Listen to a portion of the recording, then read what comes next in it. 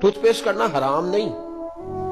لیکن میرا سوال یہ ہے کہ نبی پاک نے تو مسواک کو اتنا پسند کیا، اتنا پسند کیا، اتنا پسند کیا مسواک کو کہ سیدہ عائشہ صدیقہ رضی اللہ تعالیٰ عنہ کہتی ہیں جب حضور کے وصال کا وقت آیا نا، آخری وقت حضور کا سر اقدس میری گود میں تھا، تو سامنے نبی پاک علیہ السلام نے ایک آدمی کو مسواک کرتے دیکھا، تو حضور نے اشارہ کیا، تو میں نے کہا حضور مسواک کرنی ہے؟ فرمایا ہاں۔ تو اماں جی فرماتی ہیں کہ میں نے ایک مسواک منگائی، تو حضور اسے چبانے لگے، تو بظاہر کمزوری تھی، دانتوں سے چبائی نہیں گئی، تو حضور نے مجھے کہا مجھے نرم کر کے دے۔ حضرت حذیفہ بن یمان کہتے ہیں کہ حضور کی یہ ادا اتنی شاندار ہے کہ ایک دن نبی پاک صلی اللہ علیہ وسلم نا میرے گھر کے قریب سے گزرے،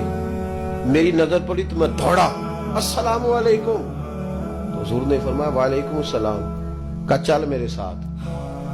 حضور اکیلے جا، چل میرے ساتھ، تو کہتے ہیں میں نبی پاک کے ساتھ ساتھ چل رہا، ایک چھوٹی سی چھری چاقو حضور کے دست مبارک میں تھا۔ امام غزالی نے یہ حدیث لکھی ہے،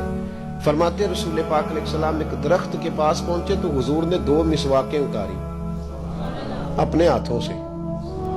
2 مسواکیں نبی پاک نے اتاری، ایک مسواک ٹیڑھی تھی، ایک سیدھی تھی۔ حضرت حذیفہ بن یمان کہتے ہیں کہ میری خواہش تھی کہ وہ پیاری مسواک حضور رکھیں جو سیدھی ہے اور ٹیڑھی مجھے دے دیں، لیکن کہتے ہیں نبی پاک علیہ السلام نے ٹیڑھی خود رکھ لی اور سیدھی مجھے عطا فرمائی۔ لوگ حضرت حذیفہ بن یمان سے کہتے ہیں کوئی نبی پاک کی یاد بتاؤ، تو حضرت حذیفہ بن یمان دوڑ کے اندر جاتے مسواک اٹھا کے لے آتے،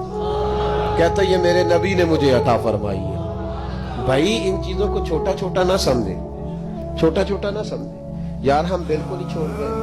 برادریوں کا کلچر سارے بچا